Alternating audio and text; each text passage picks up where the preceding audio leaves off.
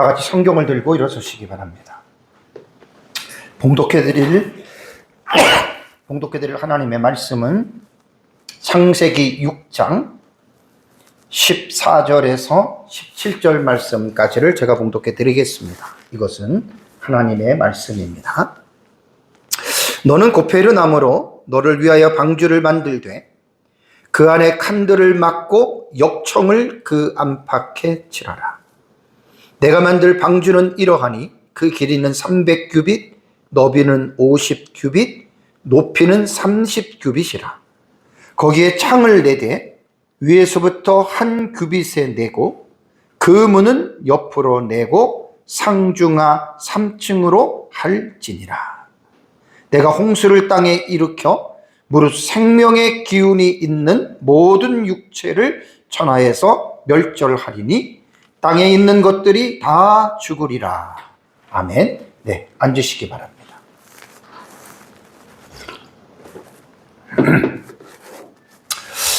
지난주에는 노아의 세 아들인 셈과 함과 야벳의 형제 서열에 대해서 제가 여러분들에게 말씀을 드렸습니다. 많은 사람들이 셈을 장자로 알고 있고 그 다음에 함이 둘째고 그 다음에 야벳을 막내로 알고 있는데 제가 그렇지 않다라고 여러분들에게 말씀을 드렸습니다. 성경적인 올바른 해석으로 보면 야벳이 형이고 셈이 둘째고 그 다음에 함이 막내로 보는 것이 여러분 옳습니다. 제가 이 말씀을 전하기 위해서 지난주에는 한 40분이라고 하는 긴 시간을 들여서 이제 히브리어 액센트에 대한 이 부분에서 이제 히브리어 변청 과정에서 모음에 대해서도 말씀을 드리고 그다음에 액센트에 대해서도 여러분들에게 말씀을 드렸습니다. 제가 그렇게 긴 시간을 할애해서 셈의 세 아들의 서열을 정리한 것은 하나님의 말씀을 우리가 가볍게 대해서는 안 됩니다. 하나님의 말씀을 정말 깊이 있게 우리가 설교자나 성도나 하나님의 말씀을 우리가 올바르게 잘 우리가 깊이 있게 우리는 성경을 연구해야 된다라고 하는 차원에서 지난번에 말씀을 드렸죠. 한국어 성경으로 볼 때에는 셈이 형으로 나와 있습니다. 왜냐하면 그 노아의 세 아들에 대해서 창세기 5장과 10장 사이에 5번이 나와요. 5장 32절과 6장 10절과 7장 13절과 9장 18절과 10장 10절을 보면은 노아의 세 아들의 이름을 똑같이 셈함 야벳으로 언급이 되기 때문에 많은 사람들이 이 부분에 있어서 이제 셈을 형으로 보고 있고 결정적인 부분이 창세기 10장 21절이죠. 창세기 10장 21절에는 뭐라고 나와 있습니까? 셈은 야펫의 형이라고 나와 있죠. 근데 그 부분이 우리말 성경만 여러분 그렇게 된 겁니다. 그러니까 우리말 성경을 볼 때에는 셈이 첫째고 함이 둘째고 그 다음에 야벳이 막내라고 하는데 영어 성경을 보면 이제 우리말에는 야벳의 형이 셈이라고 이렇게 나와 있지만 영어 성경을 보면 킹 제임스 버전과 그 다음에 뉴 킹 제임스 버전, NIV, 달비, YTL 역보는 어떻게 번역을 했냐면 형 야벳의 동생이라고 이렇게 여러분 영어 성경은 번역을 했습니다. 그 형 야벳의 동생이다. 누가? 셈이 동생이다. 그러면 모든 영어 역본이 전부 다 이렇게 말한 것이 아니라 ESV라든가 NASB, NRSB, TNK라고 하는 이 역본들을 보면은 여기는 그 셈은 누구냐면은 그 야벳의 형이라고 또 이렇게 또 영어 성경은 번역을 했습니다. 우리말 성경과 같이. 그러니까 셈은 야벳의 형이다. 그러니까 이 부분에서 우리는 영어 번역은 두 가지로 나뉘어지는 거예요. 그러니까 셈은 그러니까 야벳의 동생이다라고 말을 한 것이 영어 성경에는 반반으로 나온다 그랬죠. 그럼 이 부분을 우리가 해석하기 위해서는 영어 성경 가지고 우리말 성경 가지고 왈가왈부할 사안이 아니라 그랬죠. 어디로 가야 돼요? 구약 성경의 원문인 히브리어로 가면은 깨끗하게 해결이 됩니다. 그래서 히브리어의 원문에 보면은 일단은 여러분 본문에서 이제 셈, 아비 해가지고 쭉 셈은 모든 조상, 에벨 조상의 이제 에벨 자손의 조상이라는 말이 있고 이 부분을 일단은 자르셔야 됩니다. 왜냐하면 히브리어의 액센트가 요 에벨이라고 하는 요 단어의 요 액센트를 제가 지난번에 말씀드렸죠. 삿갓 모양으로 생각하시면 됩니다. 요게 아트나으라고 읽어야 돼요. 아트나으. 히브리 액센트로는. 그러니까 처음 듣는 분들은 액센트 그러면 무슨 말인지 모르잖아요. 그래서 이 히브리어를 보면은 주후 6세기에서 10세기 사이에 맛소라 학파들이 원래 히브리어는 그때까지만 해도 자음으로만 되어 있었거든요. 근데 이제 자음으로만 되어 있던 히브리어를 이제 후손들이 잘 모르니까 그들에게 올바르게 읽기 위해서 모음부호를 만들어 놓고 그 다음에 문장을 올바르게 읽기 위해서 액센트를 만들고 그 다음에 강세 표시를 만들었다 그랬죠. 그래서 히브리어는 원래 자음만 있는 거예요. 자음만. 자음만 있는데 그 자음에 모음을 집어넣은 거예요. 모음을. 예를 들자면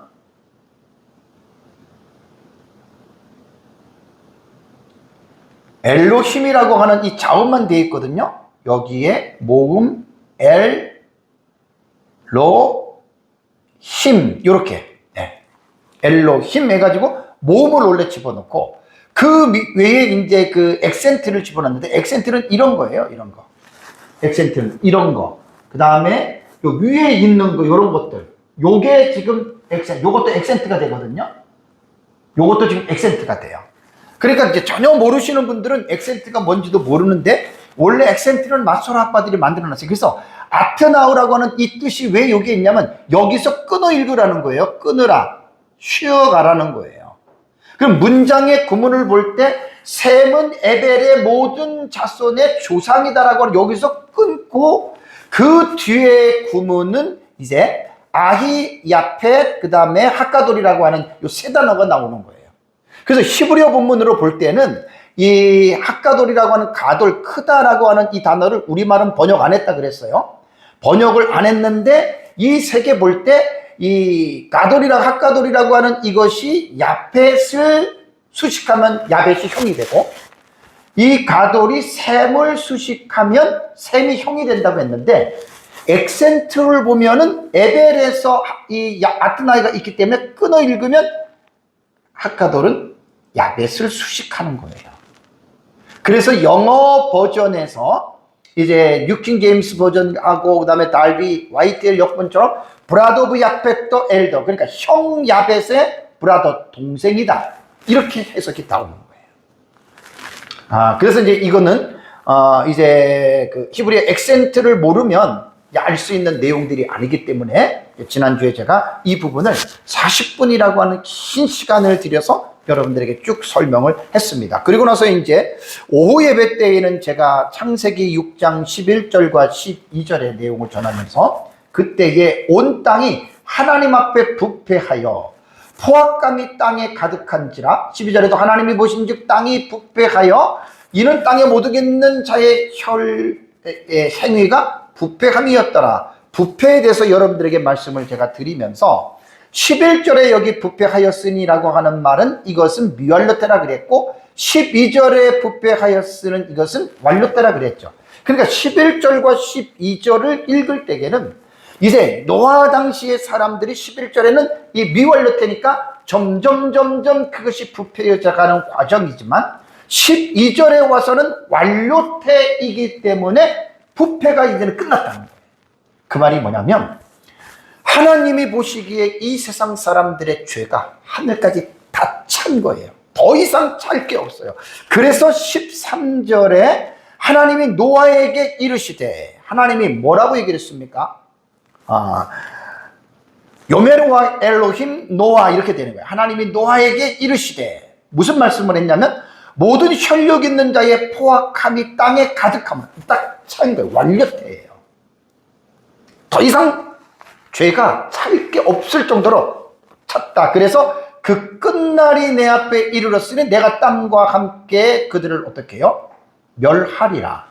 그래서 지난주에 제가 여러분들한테 멸하리라라고 하는 이 말씀에 대해서 여러분들에게 조금 말씀을 드리다가 조금 더 자세하게 말씀을 드리겠습니다. 6장 13절에 멸하리라라고 하는 마쉬히탐이라고 하는 이 히브리어 단어거든요. 단어의 원형은 샤트라고 하는 단어예요.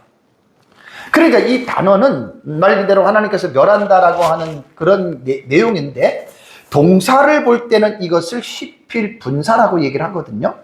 그러니까 이게 분사를 먼저 생각해야 돼요. 영어도 그렇고 우리말도 그렇고 분사는 어떻게 해석을 합니까? 그 행위를 진행형으로 하는 거예요. 진행형. 현재 진행형으로. 그러니까 여기서 이 분사는 뭐냐면 지속적인 상태를 나타나는 거예요. 그럼 하나님께서 멸하리라라고 하는 것이 지금 이게 어떻게 보면 그냥 하나님께서 그냥 진행하면서 멸하리라라고 지금 멸하고 있느냐? 그런 뜻은 아니라는 거예요. 그래서 이제 여기에서 히브리어 문법에 보면은 히필 분사 같은 경우는 꼭 진행형으로만 읽는 것이 아니라 문맥에 따라서 확정적인 미래로 해석을 할 수 있다라는 말입니다. 그러면 13절에 멸하리라라고 하는 이 말씀에 그 앞에 11절과 12절의 문맥이 뭐죠? 사람들의 죄를 지어서 하나님께서 어떻게 한다고요? 땅에서 쓸어버린다. 그 다음에 이제 거기 11절, 12절에도 나오고 하나님께서 그 6절에도 보면 사람을 지으시면 한탄하고 이런 말들이 쭉 나오잖아요. 그죠? 그러면 앞에 문맥과 연결해서 볼 때에 6장 13절에 멸하리라고 하는 이 현재 진행형으로 분사를 읽을 것이 아니라 이런 경우에는 확정적인 미래적인 해석으로 읽으라는 거예요. 그러니까 하나님께서 이제 땅에 있는 모든 사람들을 하나님께서 멸할 것이다 라고 이렇게 확정적으로 읽는 것이 여러분 이제 좋습니다. 그리고 나서 이제 오늘 본문 14절에 하나님께서 노아에게 뭐라고 말씀하십니까? 너는 고페르 나무로 너를 위하여 방주를 만들되 라는 말이 나옵니다. 그 안에 칸들을 막고 역청을 그 안팎에 칠하고, 안과 박입니다. 역청을. 내가 만들 방주는 이러하니라고 하면서 방주의 규모를 하나님이 다 가르쳐 주십니다. 길이는 300규빗, 너비는 50규빗, 높이는 30규빗을 만들고, 그 다음에 그 방주에 거기에 창을 만들라. 창을 4대. 어떻게? 위에서부터 한 규빗에 내고, 그 다음에 또 그 문은 옆으로 내고 상중하 3층으로 할지니라라는 말을 하십니다. 그러니까 여기에서 여러분 방주를 여러분 볼 때에는 이 방주는 노아가 고안해서 만든 게 아니에요. 모든 설계를, 즉 누가 설계를 하고 계셔요? 하나님이 다 하고 계세요. 하나님께서 이 부분들을 이렇게 지금 만들려고 하는 것입니다. 우리가 잘 아는 대로 방주는 뭐냐면 하나님께서 노아와 그의 가족과 모든 생물들을 하나님께서 보존하기 위해서 만든 하나님의 하나의 대안책이거든요. 그러니까 이제 이것을 통해서 이제 우리는 오늘 방주에 대한 부분이 어떤 것인지 그냥 그리고 읽고 넘어가면 여러분 300규빗이 뭐고 50규빗이 뭐고 30규빗이 뭐고 뭐 위에 창을 냈다는데 우리가 어떻게 알 수가 있겠어요?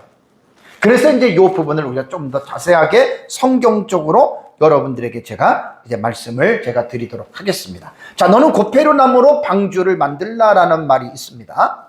자, 그러면 여기에 우리말의 방주라고 하는 말은 네모난 모양의 배를 우리말로는 방주라고 이렇게 이야기를 합니다. 히브리어로 방주는 여기 테바입니다. 테바. 테바라고 하는 단어예요. 히브리어의 방주는 테바입니다. 이 테바는 두 가지로 번역이 되는데 방주 혹은 상자 이렇게 번역이 됩니다. 구약 성경에는 이 단어가 28번 나옵니다. 창세기 6장과 9장에서 이 단어는 노아와 그의 가족과 동물들이 대홍수의 심판을 피하려고 들어간 직사각형의 상자 모양의 거대한 배를 가리켜서 창세기 6장과 9장에만 이 26번을 사용을 했어요. 나머지 2번이 출애굽기 22장 3절과 출애굽기 2장 5절에 테바라고 하는 이 단어가 사용이 됐는데 이때 출애굽기 2장에 나오는 말이 뭐죠? 이제 모세의 엄마가 모세를 낳았잖아요. 근데 그 당시에는 아들을 낳으면 다 죽이라고 했잖아요. 그래서 너무나 아이가 준수하게 생겨서 이 아이를 살리기 위해서 엄마가 고안해낸 게 갈대 상자를 만들었다. 그게 바로 테바입니다. 갈대로 엮은 상자를 만들어서 거기다가 역청을 또 칠합니다. 그 안에. 그러니까 역청이라고 하는 게 뒤에 제가 자세하게 설명을 드리는데 방수의 어떤 그 효과가 있죠. 그래가지고 그 테바라고 하는 갈대 상자에다가 모세를 집어넣고 이제 공주가 나일강에 목욕을 하러 나오는데 그 공주의 눈에 띄게 하려고 그걸 이제 띄우잖아요. 그렇죠? 그 딸을 통해서 띄운단 말입니다. 그때 이제 사용했던 것이 이 테바라고 하는 이제 방주라고 하는 용어가 이제 2번 나옵니다. 그러니까 아주 자그마한 그러한 어떤 상자를 여러분 말을 합니다. 자, 그런데 방주를 만들 때 고페르 나무로 만들어라. 에체라고 하는 것이 나무입니다. 나무. 이게 고페르예요. 고페르. 나무의 이름이 고페르인데 이 단어는 구약 성경에 이곳에만 딱 한 번 나옵니다. 근데 이 나무는 도대체 어떤 나무고 분명하게 알려진 바가 없습니다. 왜냐하면 오래된 사건이기 때문입니다. 지금까지 주장되는 학자들의 말을 보면 4가지 형태로 학자들이 이야기를 하는데 방수성과 내구성이 뛰어난 삼나무일 것이다 라고 이건 추정하는 것입니다. 그 다음에 송진이 많은 어떤 소나무로 추정하는 학자들이 있고 또 하나는 전나무라고 추정하는 학자들이 있고 또 하나는 역청 성분과 관련된 이것은 특별한 목재 이렇게만 사실 말을 하는 거예요. 그러니까 우리는 현재 이 학자들이 말하는 4가지의 계열의 나무 속에서 어떤 나무인지는 우리는 확정할 수가 없습니다. 다만 1년 넘게 이 배가 물 위에 떠 머물러야 하는 그런 특성을 감안한다면 하나님께서 지명하신 이 고페르 나무는 그 당시에 노아 주변에 많이 있었던 나무이고 그 나무가 물에 대한 어떤 강하고 부패의 저항성이 높은 나무일 것은 자명한 일입니다. 그래서 하나님께서 노아에게 그 고페르 나무라고 하는 나무를 특별하게 지정해 주시고 그 나무로 하나님께서 방주를 만들라라고 이렇게 하나님이 말씀을 하셨습니다. 자, 이제 노아는 하나님의 명령에 따라서 고페르 나무를 다 잘라서 그의 세 아들과 자부들과 함께 고페르 나무로 방주를 하나님께서 말씀하신 대로 이제 방주를 만들기 시작합니다. 자, 역청을 칠하라라고 이제 14절에 나오죠. 너는 고페르 나무로 너를 위해 방주를 만들되 방주를 만들면서 그 안에 칸들을 막고 역청을 그 안팎에 칠하라라는 말이 나옵니다. 역청이 뭘까요? 역청. 역청은 히브리어로 코페르라고 하는 단어입니다. 코페르. 코페르라고 하는 여러분 이 단어가 나오는데 이 코페르 역청이 어떻게 만들어지냐면 이 역청은 바다나 호수 바닥에 재료가 식물과 동물들의 사체들이에요. 퇴적된 어떤 그 유기물이라고 그러죠. 그러니까 그런 것들이 호수나 바닥에 동식물들이 자꾸만 쌓여서 이것이 퇴적이 돼서 쌓이다 보면은 그것이 높은 압력과 열의 작용을 통해서 이것이 뭐로 만들어지는 줄 아세요? 석유나 천연가스로 변환이 됩니다. 그러니까 중동 지방에 석유가 많죠, 그죠? 석유가 많다라고 하는 말은 제가 다음 주에 여러분들에게 말씀을 드릴 겁니다. 그만큼 동물과 식물, 특히 노아 시대를 통해서 기독교인 입장에서 볼 때는 사람들이 얼마나 많이 죽었습니까? 그 사체에서 퇴적된 유기물이 그것이 여러분 석유란 말이에요. 석유. 그래서 이 과정에서 휘발성 성분이 빠져나가면, 그러니까 휘발성이 빠져나가면 점성이 강한 물질이 남는데 이 물질이 끈적한 타르 형태의 물질이 된다 그래요. 이게 역청이라는 말이에요. 그래서 여러분 우리가 길가에 나가면은 아스팔트 있잖아요. 아스팔트. 이 아스팔트의 재료가 이 역청입니다. 그래서 제가 설교를 준비하면서 이거는 제가 챗GPT한테 제가 주문을 한 겁니다. 역청을 한번 덩어리로 된 걸 보여줘 했더니 이렇게 딱 봤는데 제 아내가 보더니 초코 브라운이 아니냐 그러는데 꼭 그렇게 보이는데 이게 역청 덩어리예요. 근데 이 덩어리가 이렇게 된 게 아니라 아예 막 호수 같은데 막 이 어떤 집단을 이루어가지고 이렇게 역청이 있는 곳이 있다고 합니다. 그래서 역청을 칠하라. 그러니까 이런 덩어리를 이제 풀어가지고 이게 지금 칠하는 모습이에요. 역청을. 나무에다가. 왜 칠하느냐? 방수 효과. 혹은 부패가 되지 않도록 이렇게 이제 역청을 사용했다라고 하는 말입니다. 자, 그렇다면 노아가 만든 방주는 아까도 말씀을 드린 대로 철저하게 노아의 생각이 들어간 게 아니에요. 하나님이 길이, 높이, 넓이, 간 모든 것들을 나무의 재료까지 너는 이렇게 만들라고 말씀하셨기 때문에 방주의 설계자는 하나님이십니다. 하나님이 전부 다 하나님께서 그렇게 만든 겁니다. 그래서 방주의 규모는 다시 보면은 내가 만들 방주는 이러하니 그 길이를 말을 했습니다. 길이 300규빗, 너비, 높이, 창을 달고 문을 만들고 상중하 3층으로 만들라라고 이렇게 말을 했습니다. 자, 그러면 길이에 대해서 한번 도대체 300규빗이 뭐냐? 규빗이라고 하는 단어는 히브리어의 암마입니다. 암마. 이 암마라고 하는 이 단어는 청량 단위로 말을 할 때 규빗이라고 말하는 게 큐빗이라고 이렇게 우리는 말을 합니다. 이 규빗은 팔꿈치로부터 가운데 손가락 끝까지입니다. 팔꿈치로부터 여기까지. 요것이 한 규빗이라고 이야기를 하거든요. 그런데 이것은 사람들마다 어때요? 다 손이 다르잖아요, 길이가 다르기 때문에 규빗은 정확하게 이렇게 말할 수 있는 척도는 아니라 대충 그냥 고대 사람들은 한 규빗 그러면 그냥 팔꿈치에서 가운데 손가락 길이까지 이렇게 이제 대했다고 해요.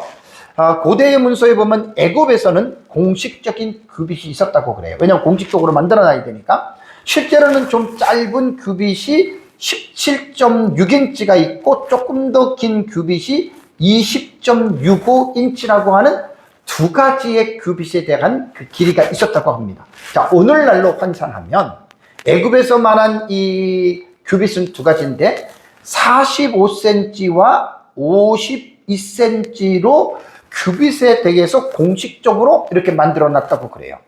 그러면 방주의 길이를 45cm 한 규빗을 45cm로 환산하면 이게 300규빗이요.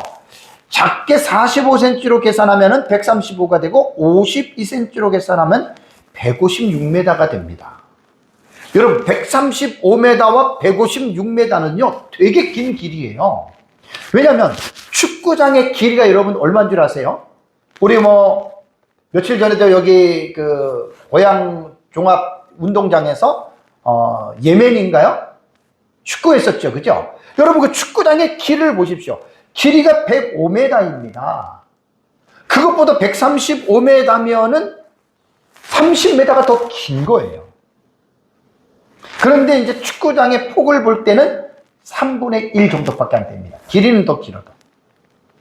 너비는 50규빗인데 50규빗은 22.5m에서 26m가 됩니다. 높이는 30규빗이라 그랬죠?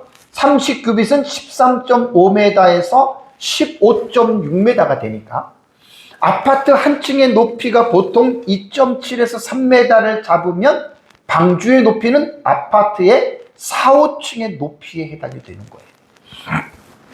우리는 그동안 성경을 읽을 때, 노아 방주를 읽을 때 이렇게 하나를 자세하게 보지 않고 그냥 그냥 크다 이렇게만 생각한 분들이 꽤 있을 겁니다. 그래서 제가 하나하나의 이 의미를 가지고 지금 설교를 준비해서 여러분들에게 지금 말씀을 드리는데 인터넷에서 사진을 제가 이렇게 서치를 하다 보니까 이게 나오더라고요. 길이가 축구장의 길이가 105m잖아요. 이거보다 더 큰 거예요, 여러분. 그러니까 노아의 방주가 우리가 컸을 것이다가 아니라 실제적으로 보면은 여러분 정말 어마어마한 배가 됩니다. 자, 이것은 BBC 뉴스에서 나온, 이것도 인터넷에서 제가 본 건데 사람의 키를 여러분 생각해 보세요. 사람의 키를 여러분들이 생각해 보시면 이 높이를 보십시오. 아파트 4, 5층이라 그랬죠. 그리고 다른 그림들을 보십시오. 코끼리가 요만하잖아요. 코끼리가. 한번 생각해 보세요. 아마 실제의 크기로 이렇게 지금 전 세계적으로 노아의 방주 크기를 만든 데가 있고, 우리나라도 있다라고 하는데 제가 안타깝게 못 가봤습니다. 다음에 한번 가볼 겁니다. 이게 방주의 실제적인 크기를 지금 말하는 거예요. 이거를 지금 하나님께서 어떻게 해요? 노아에게 만들라는 거예요, 여러분.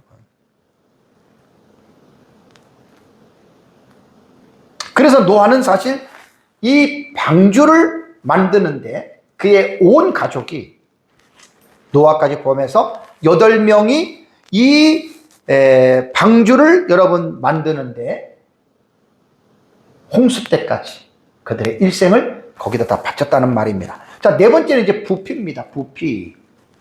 부피라고 하는 말은 뭐냐면 용적이라고도 이야기를 하는데, 노아의 방주를 부피로 계산하면 약 41,000 세제곱미터가 나온다 그래요. 41,000. 잘 여러분 정리를 해놓은 거예요, 제가. 그러면 이 세제곱미터는 뭘 세제곱미터라고 말하냐면, 가로, 세로, 높이를 곱하면 그것이 부피가 나오는 거예요. 단위로 볼 때. 그래서 노아의 방주에 가로와 세로와 높이를 곱하면 135m, 22.5m, 13.5m를 곱하니까 부피가 41,000 세제곱미터가 나왔다는 말이에요. 그럼 우리는 사실 이렇게 얘기를 하면 41,000 세제곱미터다 그러면 우리는 사실 감 잡기가 힘들어요. 그래서 여기에 대해서 이제 조금 더 우리가 필요한 게 뭐냐면, 41,000 세제곱미터는 어느 정도의 용적이 나오냐면은 20피트짜리 컨테이너 알죠? 수출할 때 여러분 컨테이너 보셨죠? 그 컨테이너를 1242개를 실을 수 있는 부피입니다. 그러니까 20피트의 컨테이너가 길이가 6.58, 너비가 2.438, 높이가 2.591m예요. 그 안에 부피가 33.2 세제곱미터라고 하는, 여러분, 이러한 부분들이 들어가는 거예요. 그래서 여러분, 한 컨테이너 안에요, 여러분, 최대 적재 중량, 이게 중량입니다. 킬로그램이에요. 몇 킬로가 들어가냐면 약 28,000kg입니다. 그러니까 컨테이너 여러분 하나에 28톤의 화물을 저장할 수 있다는 거예요. 이 28톤의 화물을 집어넣는 이 컨테이너를 몇 개를 실른다고요? 1242개를 실을 수 있는. 여러분, 그러니까 어때요? 이 노아의 방주가 아까 여러분 그림에서 보여줬지만 결코 작은 배가 아닙니다. 그렇게 큰 배라는 말이에요. 올림픽 공식 규격 수영장에 이 물을요, 부피로 환산을 하면 길이가 50m, 너비가 20m, 깊이를 최소 2에서 3m로 보면은요, 올림픽 공식 규격 수영장에 있는 그 물을 약 16개 반 정도, 약 16.4배가 되는 그 물을 채울 수 있는 양이라는 거예요. 노아의 배. 실감이 나죠, 여러분? 그래서 노아의 배는 결코 작은 배가 아니라는 말입니다. 그러고 나서 하나님이 뭐라고 했습니까? 거기에 창을 4개. 지금 여러분, 이게 하나님께서 설계하신 대로 노아가 지금 만드는 거예요. 우리는 이 만드는 과정을 통해서 우리는 세세히 보면서 얼마나 하나님께서 하시는 계획이 섬세하고 정말로 완전한지를 여러분, 우리를 알 수가 있는 거예요. 창을 4대, 위에서부터 한 규빗이 한 45cm 된다 그랬죠? 그리고 나서 창을 계속 만들라는 거예요. 왜 창을 만듭니까? 지금 여러분, 노아의 방주는 다음 주에 자세하게 말씀을 드리겠지만 한 달 10일 동안 물에 떠 있었어요. 한 달 10일 동안 나가기 전에 이제 까마귀하고 비둘기만 내보냈지 어느 누구도 나가지 못하고, 배 안에서 한 달 10일 동안을 살아야 했습니다, 여러분. 그러니까 거기에서 모든 짐승들의 대표들하고 그 다음에 노아의 8가족하고 거기서 먹고 배설하고 할 때 여러분 거기서 나오는 그러한 천연가스들을 한번 생각해 보세요. 어떻게 됐겠나. 그러니까 뭔가, 그리고 나무로 만들었기 때문에 이것이 여러분 그냥 있으면 햇빛을 못 받으면 어떻게 돼요? 햇빛을 봐야 될 거 아니에요. 그래서 이 창을 만들려고 한 것은 하나님께서 빛이 들어오는 역할, 채광이죠. 그 다음에 안에 있는 공기를, 안 좋은 공기들을 바깥으로 내보내는 환기의 역할을 했을 것입니다.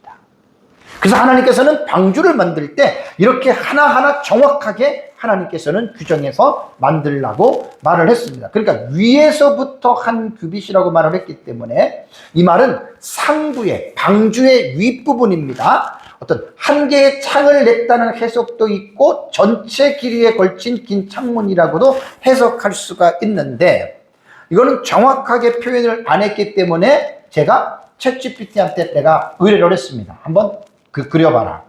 그랬더니 상부에 요 한 규빗씩 요렇게 창들을 냈더라고요. 다른 어떤 주석들, 다른 해석들에도 이러한 해석들에 대해서 말을 하는 학자들이 있습니다. 이것이 나는 참 안타고 봅니다. 왜냐하면 45인치 되는 그 큰 배에 하나만 가지고는 어림도 없잖아요. 그죠? 어림도 없죠.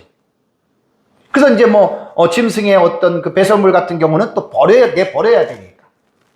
그래가지고 이제 창들을 이렇게 만들었다라고 하는 이 그림을 보여주더라고요. 그리고 배의 문은 여기다고도 만들 수 있고 옆이라고 했으니까 이 부분이 될 수도 있습니다. 그러면 정확하게 우리가 어디 부분이라고는 이제 말을 할 수가 없는데, 어쨌든 그리고 나서 창을 만들고 나서 그 다음에 문을 만들라는 말이 나옵니다. 문을. 자, 문을 만들어라. 문은 옆으로 내라 그랬잖아요. 옆으로. 이 문은 페타흐라고 하는 여러분 이 단어는 일반적으로 출입구 혹은 개방구를 의미하고 있습니다. 그러니까 사람이 드나들 수 있는 문보다도 코끼리 정도가 여러분 들어온다 그러면 생각해 보세요. 코끼리가 4-5m 정도 되잖아요. 그 코끼리가 들어올 수 있는 그 큰 출입문을 만들라는 거예요. 그래서 이제 거기에다가 모든 짐승들, 기린도 들어와야 되잖아요, 여러분. 기린 높이가 얼마나 높습니까? 기린도 들어와야 되고 코끼리도 들어와야 되고, 그러니까 이 문은 작은 문이 아니에요. 그러니까 사람이 쉽게 이렇게 여닫을 수 있는 문이 아니라는 거죠. 그리고 이제 방주가 다 만들어진 다음에 하나님께서 창세기 7장 16절을 보면 그 문을 누가 닫습니까? 하나님이 닫아줍니다. 그래서 이제 옆으로 문을 낸 것은 배의 강한 구조를 유지하면서도 이제 동물과 사람과 식량을 쉽게 실을 수 있도록 설계되었다는 것을 여러분 알 수가 있고, 이 문은 상당히 큰 어떤 그러한 문이었다라고 하는 것 여러분 우리가 알 수가 있습니다. 그리고 나서 이제 배 안에 내부의 구조입니다.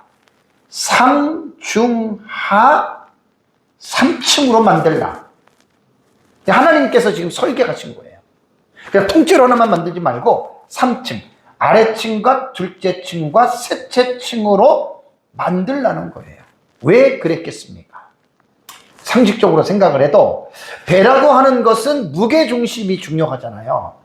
위쪽에 큰 중량이 있으면 배는 뒤집어지잖아요. 그래서 배가 뒤집어지지 않기 위해서 일반 배를 만들 때 평형수라고 하는 것 알죠? 배 맨 밑에다가 물을 채워두는 이유는 뭐냐면 배를 무게중심을 잡기 위해서 만드는 거예요. 그러니까 당연히 여러분 우리가 생각할 때 한 달 열흘 동안 배 안에서 짐승과 함께 사람이 생활을 하려면 안전하게 살기 위해서는 어떻게 해요? 당연히 하층에는 무게가 나가는 그러한 동물들이 하층에 맨 아래층에는 있을 수밖에 없을 거고, 그 다음에 이제 중간층에는 이제 중형 동물 정도, 그 다음에 이제 맨 위층에는 이제 가벼운 동물들이나 이제 그러한 것으로 아마 이렇게 만들었을 가능성이 있습니다. 그래서 제가 인터넷에서 그림을 찾다가 보니까 이런 그림이 나오더라고요. 멋있지 않아요? 어마어마하게 큰 거예요, 여러분, 배가.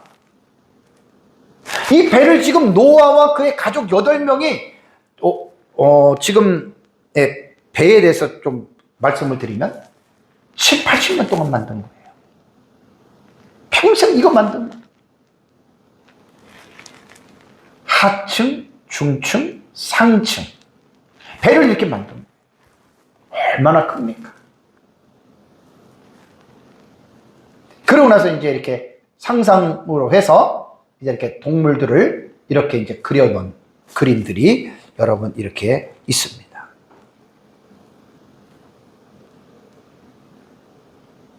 자, 보세요.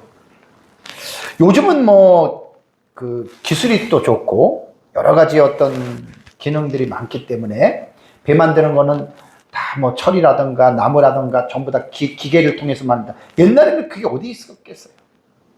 이런 배를 만들었다고 여러분 한번 상상을 해보세요. 8명에서.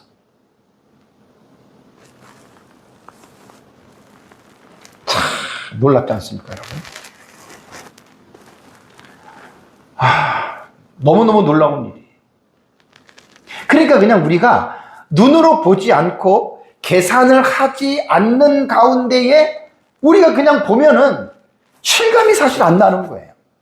제가 이번 시간에 노아의 방주에 대해서 길이, 높이, 넓이 쭉 다른 것과 비교해서 사진을 보여주면서 여러분들에게 제가 말씀을 드릴 때 여러분 이게 장난이 아니죠. 도구도 그렇게 발달이 되지 않았던 여러분 그러한 시대에 어떻게 여러분 이런 큰 배를 만들 수가 있습니까? 이게 1, 20년 만에 만들 수 있는 작품이 아닙니다.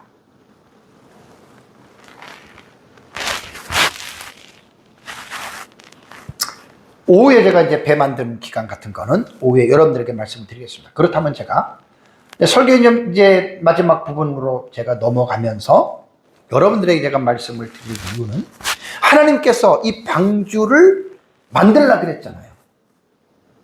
왜 방주를 만들어야 됩니까? 물론 우리는 알아요. 자, 내가 홍수를 땅에 일으켜 무릇 생명의 기운이 있는 모든 육체를 천하에서 멸절하리니 죽인다는 거예요. 땅에 있는 것들이 다 죽으리라. 다 죽으리라는 말이 나옵니다. 땅에 있는 것들이 다 죽으리라. 왜 하나님께서 홍수로 땅에 있는 생명체들을 다 하나님이 멸절하신다고 제가 말씀을 드렸죠. 그 이유는 땅에 있는 모든 사람들의 포악함이 땅에 가득했어요. 땅에 가득했어요. 이 사실 홍수가 나서 수억에서 수십억이 되는 그 사람들, 땅에 있는 모든 짐승들, 동물들, 곤충들, 여러분 그 홍수에 죽는 것도 여러분 이거요 그냥 간단하게 생각하면 안 돼요. 다음 주에 제가 설교할 내용인데 보통 일이 아닙니다. 생각만 해도 너무너무 끔찍한 내용입니다. 그래서 홍수에 대한 심판은 창세기 7장 11절부터 8장 12절까지 나와요. 물이 어느 정도 차 있었고 어떻게 되고 어떻게 되고 상상을 초월하는 하나님의 홍수 심판에 대해서 여러분들은 어떻게 생각하십니까? 사랑의 하나님이라고 하는 하나님이 과연 이런 일을 행할 수가 있을까? 너무나 잔인하지 않을까? 한 지역에 있는 사람들만 죽인 것이 아니라 땅에 있는 모든 사람들, 모든 동물들, 모든 곤충들을 코로 기식하는 모든 생명체들을 하나님께서 홍수로 전부 다 심판해서 하나님께서 죽이셨다면 여러분들은 어떻게 생각을 하십니까? 하나님이 너무 잔인한 분이 아닐까요? 하나님이 너무나 정말 너무하신 것이 아닐까요? 이렇게 말하는 사람들이 있습니다. 하나님을 믿지 않는 사람들은 당연히 이렇게 말을 하겠죠.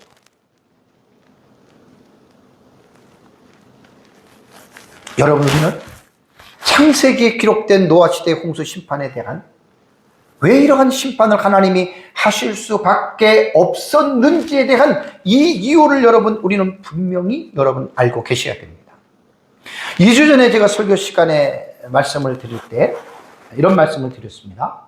하나님께서 이 세상을 홍수로 심판하신 것은 정당하고 의로운 하나님의 공의에 입각해서 이루어진 하나님의 심판이었다라고 여러분들에게 말씀을 제가 드렸죠. 공의라는 말이 뭡니까? 많은 사람들이 공의, 하나님은 사랑의 하나님이라고 하는 사랑을 이야기하면서도 그 사랑 속에 담겨져 있는 양면 속에서 한 면만 많은 사람들이 알고 있습니다. 그건 잘못 알고 있는 거예요. 공의라고 하는 여러분 이 말은요, 종교적인 의미에서는 선악을 공평하게 제재하는 하나님의 적극적인 품성을 공의라고 말을 합니다. 사랑의 하나님이라고 말을 할 때에는 한쪽 면만 봐서는, 한쪽 방향만 봐서는 안 되는 거예요. 양쪽 방면을 다 봐야 돼요. 하나님은 선에 대해서만 하나님이 은혜를 베푸시는 것이 아니라 악에 대해서도 하나님께서는 제재하신다. 곧 심판하신다는 거예요. 벌을 내리신다는 거예요. 그래서 선뿐만 아니라 악에 대해서도 하나님께서는 제재하신다라고 하는 이 부분을 여러분 우리가 알 때 공의에 입각한 하나님의 사랑이라고 여러분 우리는 말을 할 수가 있는 것입니다. 제가 가끔 상선벌악이라고 하는 용어를 쓰죠.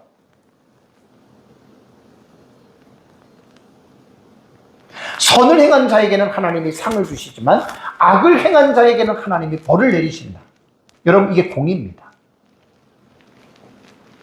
내 가족이니까, 내 자식이니까 잘못을 덮어준다. 여러분 그것은 사랑이 아니고 그것은 공의가 아닙니다. 치우친 그러한 부분입니다. 하나님께서 왜 홍수로 하나님께서 이 세상에 있는 모든 생명체들을 노아의 가족과 방주에 승선한 짐승들 외에는 하나님께서 왜 그들을 심판하셨는가? 제가 언약적인 관계에서 여러분들에게 말씀을 드려요. 심판을 당하는 그 사람들은 하나님에 대한 언약을 그들이 일방적으로 파기했습니다. 그럼 노아 시대 사람들에게 연결되는 언약은 어떤 언약일까요? 그게 창조 언약입니다. 제가 3주 전인가요? 하나님의 7대 언약에 대해서 7대 언약을 다 풀면 9가지 언약에 대해서 제가 1시간 설교한 거 기억나시죠? 언약을 잘 이해하고 계셔야 됩니다. 첫 번째 언약이 창조 언약이에요. 아담과 맺은 언약 속에서 창조 언약이 있고 행위 언약이 있고 구속의 언약 3가지를 말씀을 드렸죠. 첫 번째가 창조 언약인데 창조 언약을 잘 이해를 해야 됩니다. 창세기 1장 26절과 28절을 보면 하나님이 이르시되, 어떻게 하나님 말씀하시면 우리의 형상을 따라 우리의 모양대로 우리가 사람을 만들고, 자, 사람은 다른 피조물과 다르게 하나님의 형상과 하나님의 모양대로 사람을 만들었다는 것이 특징입니다. 그리고 나서 그들로, 사람들로 하여금 어떻게 해요? 바다의 물고기와 하늘의 새와 가축과 온 땅과 땅에 기는 모든 것을 어떻게 해요?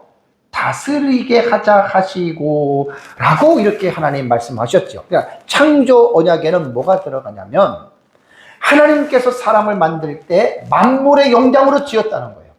하나님을 대신해서 하나님께서 만드신 만물들을 인간이 다스리고 지배하고 정복하는, 곧 이것을 문화적인 사명이라고 말합니다. 그리고 하나님이 사람들에게 생육하고 번성하여 땅에 충만하라고 하는 하나님께서 말씀하시잖아요. 땅을 정복하라고 하잖아요. 바다의 물고기와 하늘의 새와 땅에 움직이는 모든 생물을 다스리라고 하나님 말씀을 하셨잖아요. 그러니까 이 창조 언약은 아담과만 맺은 것이 아니라 아담 이후에 태어나는 모든 사람들이 이 창조 언약 안에 함의가 되어져 있습니다. 포함이 되어져 있습니다. 그 창조 언약을 여러분들이 공부를 잘 하셔야 돼요. 성경을 읽을 때. 이게 그냥 아담하고만 맺은 것으로 끝났다 이렇게 보시면 노아 홍수의 심판에 대해서 여러분 우리는 이해를 할 수가 없습니다. 창조 언약은 하나님의 형상대로 지음을 받은 사람이 하나님과의 언약적인 관계 속에서 너희는 세상을 살아가라는 거예요. 여러분 인간은 독립적인 존재가 아닙니다. 하나님의 피조물로서 창조주 하나님께서 말씀하신 그 말씀의 뜻을 잘 깨닫고 그 뜻대로 살아가는 것이 뭐냐면 청지기입니다. 청지기. 청지기는 주인의 것을 관리하는 것이 청지기죠. 여러분, 사람은 청지기적인 존재로 하나님이 만들었다고 하는 거, 이거 창조 언약 속에서 이 부분을 잊어버리시면 안 돼요.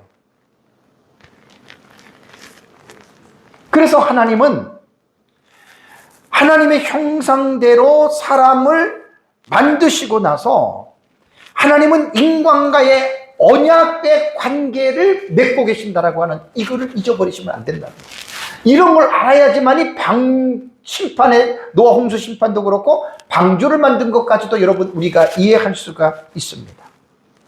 그래서 하나님은 인간을 만물의 영장으로 만들어 놓고 하나님의 대리자로서 하나님께서 만드신 만물 모든 것은 아니지만 하나님께서 그것을 돌볼 책임을 인간에게 부여해 주셨습니다. 제가 창조 언약에 대해서 여러분 설교를 할 때 지난번에 이런 말씀을 드렸습니다. 조금 더 창조 언약을 우리가 확장해서 생각을 하면, 자, 하나님 아담과 하와가 결혼하잖아요. 가정을 세우죠. 가정을 세워서 가정에서 자녀를 가르쳐서 그 자녀들이 어디로 갑니까? 사회로 나가죠. 그러면 어떻게 됩니까? 사람과의 관계 속에서도 이기적이고 악의적인 사람이 아니라 이나 협동적인 삶을 살아가도록 하나님께서는 가정을 세우고 그 가정에서 자녀를 가르쳐야 할 청지기 사명도 하나님이 맡기셨다고 하는 거, 이것도 여러분들이 생각을 하셔야 됩니다. 이렇게 하나님이 살아가라고 하나님께서 사람을 만들어 놨는데 노아 시대의 사람들은 어땠습니까? 지난주의 설교를 잘 기억하십시오. 6장 11절에서 13절 기억하십시오. 그 전문맥도 기억하십시오. 모든 혈육 있는 자들의 포악함이 땅에 가득했다 그랬죠. 하나님의 영광을 위해서 그들이 모든 만물을 다스리고 만물의 영장으로서 하나님의 영광을 위하여 살아가라고 만들어 놓은 사람이 오히려 하나님을 불순종하고 또 인하협동적인 삶을 살아가라고 만들어 놓은 그 사람들끼리 서로 싸우고 죽이고 도덕적으로 윤리적으로 타락이 극치에 달하지 않았습니다. 그러면 노아 시대에 홍수로 심판을 받았던 이 사람들의 행위를 볼 때 그들이 하나님과 맺은 언약을 사람들이 일방적으로 깨뜨렸다는 거예요. 그걸 여러분 우리는 깨달아야 돼요. 이걸 우리가 알게 되면 하나님께서 홍수로 사람들을 심판하신 것이 하나님이 잘못됐다라고 말할 수는 없다라고 하는 말입니다. 사람이 먼저 하나님과 맺은 언약을 일방적으로 파기했습니다. 그 결과 하나님은 홍수로 그들을 심판했다라는 거예요. 이것이 하나님의 공의입니다. 그래서 우리는 노아의 언약을, 이 노아 시대의 이 홍수의 사건을 보면서 하나님께서 그들을 심판하실 수밖에 없었던 것은 사람에 대한 부분에서 제가 지난주에 구약시대 사람들은 어떻게 구원을 받았을까에 대한 구원론 설교한 거 기억나시죠? 그때 제가 거기서 뭘 강조했죠? 인간의 책임. 구원에 있어서 인간의 책임을 배제해버리면 하이퍼 칼빈이즘, 고칼빈주의라고 그러죠. 극단적 칼빈주의로 빠져버려요. 행위로는 구원받지 않아요. 근데 하나님께서 인간을 구원할 때 모든 사람들에게 하나님께서는 책임을 주셨다는 거. 이건 조금 어렵지만 지난주 제 설교를 들었던 분들, 지난주 제 설교를 들었던 분들은 아마 이 책임감에 대해서 분명하게 이해를 했을 겁니다. 너무나 보수주의 교회에서 구원론을 가르칠 때 행위하고는 상관이 없다고 해서, 그렇다면 제가 여러분들에게 말씀을 드렸잖아요. 자, 그럼 하나님이 선택한 자 구원받고 선택하지 않는 자 지옥 가. 그러면 지옥 가는 건 누구에게 달린 거예요? 하나님에게 달렸죠. 이건 말도 안 되는 성경을 말도 안 되는 해석을 보는 거예요. 원리는 그렇다 하더라도 성경을 깊이 있게 보면은 하나님께서는 인간에게 책임을 주셨어요. 믿으라는 책임을 주셨어요. 그래서 가정에서 부모를 통해서 복음을 전한 것이 창세기 5장에서 아담과 하와를 통해서 복음이 전파가 됐잖아요. 가인은 하나님을 믿지 않았어요. 그게 인간의 책임이에요. 아벨은 아담과 하와가 전해주는 복음을 듣고 믿었어요. 그 책임이라고요. 그 책임까지 무시하고 하나님이 선택하지 않아서 지옥 간다. 그러면 지옥 가는 것은 100% 하나님에게 다 책임이 전부 떠넘깁니다. 그 성경을 잘못 본 거예요. 그것을 하이퍼 칼빈이즘이라고 해서 극단적 칼빈주의, 이단적인 사상입니다. 그렇게 성경을 해석하면 큰일 납니다. 2주 전에 제 설교를 안 들었던 분들은 꼭 들으셔야 돼요. 그래서 인간의 책임을 우리는 절대로 무시하면 안 되고 하나님의 절대적인 주권을 강조하는 만큼 인간의 책임도 강조하는 것이 이것이 칼빈주의, 개혁신학의 구원론의 가장 중요한 부분이라고 하는 것, 이거를 여러분들이 잊지 마시기 바랍니다. 그래서 인간의 책임에 대해서는 어디에서 우리가 인간의 책임을 배울 수가 있냐면 행위 언약 기억나시죠? 여호와 하나님이 그 사람에게 명하여 이르되 동산 각종 나무의 열매는 내가 임의로 먹되 선악을 알게 하는 나무의 열매는 먹지 말라. 내가 먹는 날에는 반드시 죽으리라 하시니라. 하나님이 아담과 하와를 만들 때에 그들에게 로봇처럼 하나님은 사람을 만든 게 아니에요. 자유의지를 준 거예요. 너가 먹을 수도 있고 안 먹을 수도 있는 그 자유의지를 인간에게 주신 거예요. 이게 책임이라는 거예요, 이게. 그래서 아담과 하와가 자기들의 잘못된 의지를 사용을 해서 따먹었잖아요. 그래서 죽은 거예요. 인간에게 죽음이 온 거예요. 육체적인 죽음, 영적인 죽음, 영원한 죽음, 세 가지의 죽음이 온 거예요. 왜? 하나님은 제가 여러분들에게 뭐라고 그랬습니까? 언약에 대해서 제가 설교할 때 하나님과 인간은 언약적인 관계예요. 약속의 관계예요. 그래서 우리가 인간의 구원이라든가 사람에 대해서 하나님의 절대 주권만 강조하고 인간의 책임을 회피하거나 인간의 책임을 말하지 않으면 그는 성경을 잘못 읽은 우매한 사람이 됩니다. 그것이 하이퍼 칼빈이즘, 고칼빈주의, 극단적 칼빈주의. 참 구원론에서 너무나 중요한 내용의 설교였습니다. 2주 전에. 잘 여러분들이 기억하셔야 돼요.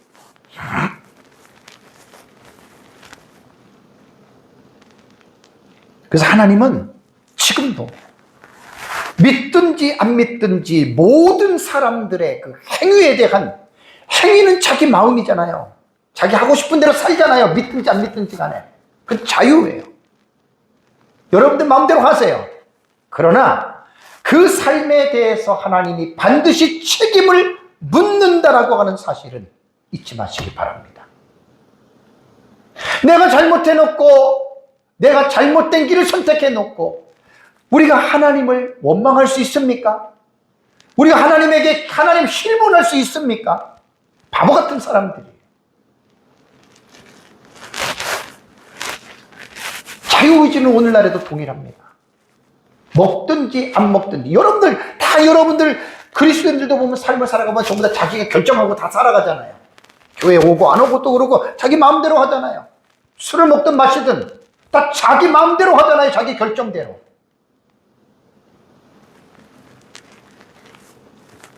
하나님은 사람을 책임적인 존재로 지었다는 거 기억하세요. 하나님의 형상과 모양대로 지으면서 하나님은 인간에게 책임을 묻습니다. 구원에 대해서도 인간의 책임이 있어요. 행위 말하는 게 아니에요. 자기가 하나님 거절한 거예요. 거부한 거예요.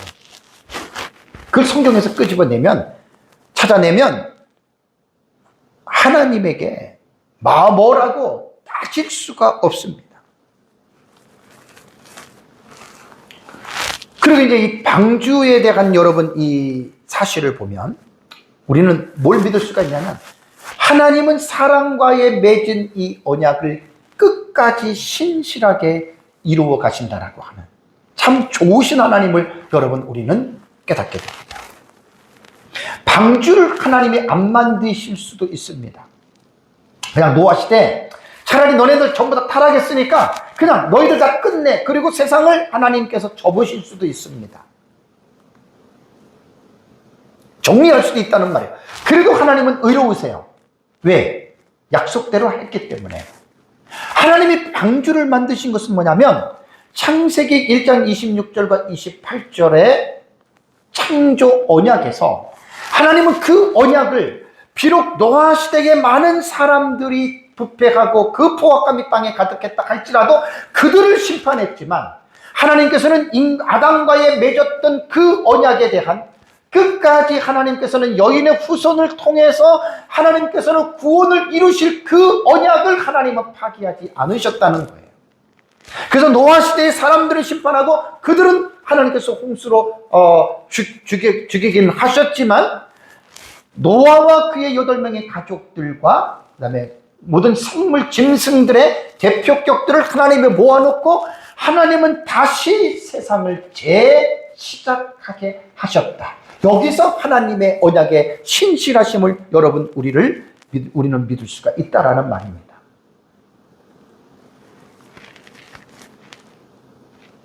하나님이 사람 같으면 사람 인생과 같았다면 그냥 끝장내고 말아요. 끝장내고.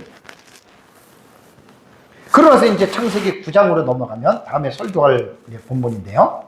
하나님의 이제 본심이 나오는 거예요. 하나님이 노아와 그 아들들에게 복을 주시며 그들에게 이르시되 생육하고 번성하여 땅에 충만하라. 노아 시대 사람들은 그렇다 치더라도 하나님은 아담과 맺은 원래의 그 언약 자체를 하나님께서는 파기하지 않으십니다. 그래서 언약 신학자들은 노아의 언약을 보존 언약이라고 하는 거예요. 하나님께서 창조하신 그 상태를 보존하신다. 그래서 노아의 8명과 모든 생물들을 다시 방주 안에다가 하나님께서 넣어서 그리고 그것을 가지고 하나님께서는 보존하셨다라고 하는 이러한 말씀을 여러분 하고 있는 것입니다. 사랑하는 성도 여러분, 하나님께서 왜 노아 시대에 그 수억에서 수십억이 되는 사람을 홍수로 여러분 심판했겠습니까? 여러분 그 하나님의 행위가 잔인합니까? 여러분 그 하나님의 행위가 잘못된 것입니까? 아닙니다. 일방적으로 자기 편에서만 보고 하나님을 판단하지 마시고 객관적인 차원에서 하나님의 말씀을 근거로 해서 보시면 창조 언약을 떠올려야 됩니다. 하나님의 사람에게 사람을 만들고 하나님의 형상과 모형대로 만들고 그 다음에 사람을 만물의 영장에 높은 지위까지 하나님이 세워주셨고 그리고 생육하고 번성하여 땅에 충만하면서 그들로 하여금 하나님의 영광을 위해서 살아가라고 하나님께서 인간을 만들어 놓으셨음에도 불구하고 그리고 사람과 사람과의 관계에서 이나 협동적인 관계로 서로 사랑하면서 선을 행하면서 삶을 살아라고 하나님께서 만드셨음에도 불구하고 노아 시대 사람들은 포악함이 극에 달해서 자기들끼리 온갖 잘못을 하고 온갖 못된 행동을 하고 하나님의 마음을 아프게 하고 그렇게 살았던 그들을 하나님께서 심판하신 것은 정당하시고 의로우시다는 말입니다.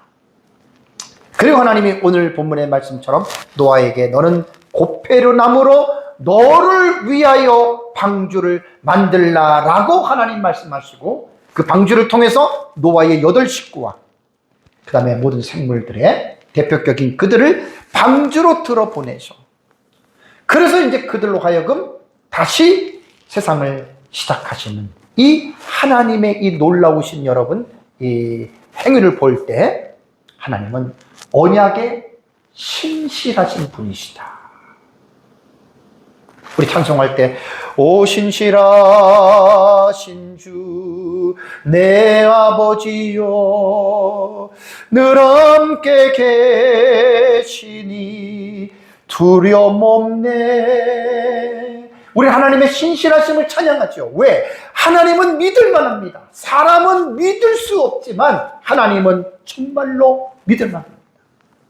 그래서 우리의 그 믿음에 대한 근거를 여러분들 기분과 감정에 두지 마시고 하나님의 언약인 말씀의 약속의 근거를 두고 신실하신 하나님을 찬양하면서 살아가시기를 주님의 이름으로 축복합니다. 우리 다 같이 시간 함께 기도하겠습니다.